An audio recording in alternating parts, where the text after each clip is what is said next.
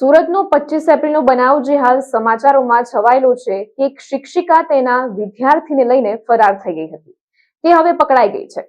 Shamlaji border પાસેથી પોલીસે બંનેને ઝડપી લીધા છે। નમસ્કાર, આપ જોઈ રહ્યા છો TV17 ગુજરાતી। હું છું આપની સાથે શ્રુતિશા।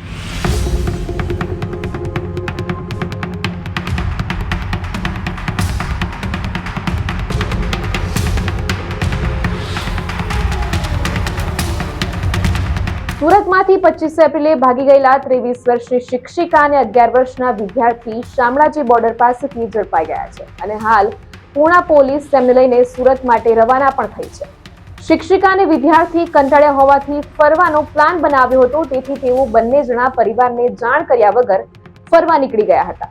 શિક્ષિકા અને વિદ્યાર્થી વચ્ચે પ્રેમ સંબંધ છે કે કેમ, એ હવે જટિલ પ્રશ્ન બની ગયો છે।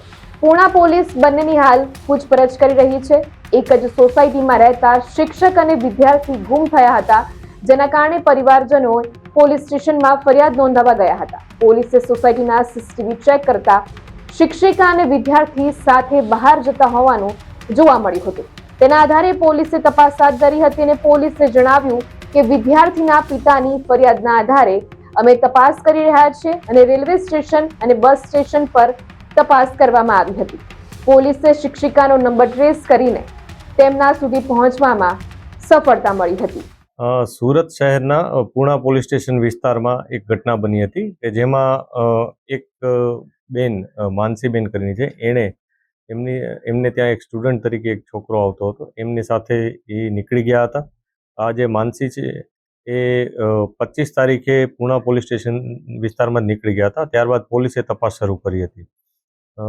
ઘણી બધી તપાસ કરી, ઘણા બધા અમે સીસીટીવી કેમેરાસ ચેક કર્યા, બહુ બધા અમારા હ્યુમન જે રિસોર્સિસ હોય છે, ઇન્ટેલિજન્સ રિસોર્સ, એ લોકોને એક્ટિવેટ કર્યા। આ ઉપરાંત ટેકનિકલ રિસોર્સિસ એક્ટિવેટ કરી અને છેવટે ગઈકાલે એને રાયગઢ પાસેથી અમે મેળવી લીધા હતા। આ જે વ્યક્તિ છે માનસીબેન, એ પોતે ઘરે વારંવાર એમને ઠપકો આપવામાં આવતો હતો। આ ઉપરાંત જે સ્ટુડન્ટ છે જે એમની સાથે ત્યાં અભ્યાસ પણ કરતો હતો ટ્યુશનમાં, એને પણ એના પરિવાર તરફથી ઠપકો હતો એવું એનું કહેવાનું છે। આ બાબતે પોલીસ તપાસ કરી રહી છે। આ લોકો જ્યારે 25 તારીખે અહીંથી નીકળી ગયા ત્યારે પહેલાં સુરતમાં જ થોડાક આંટાફેરા માર્યા, ત્યારબાદ ત્યાંથી અમદાવાદ જતા રહ્યા। બીજે દિવસે અમદાવાદ ગયા, અમદાવાદ થોડોક ફર્યા, ત્યાંથી પછી તેઓ દિલ્હી જતા રહ્યા। દિલ્હી જઈ ત્યાં થોડીક વાર બજારમાં ને એમાં એ લોકો ફર્યા હતા અને ત્યારબાદ ત્યાંથી વૃંદાવન જતા રહ્યા હતા।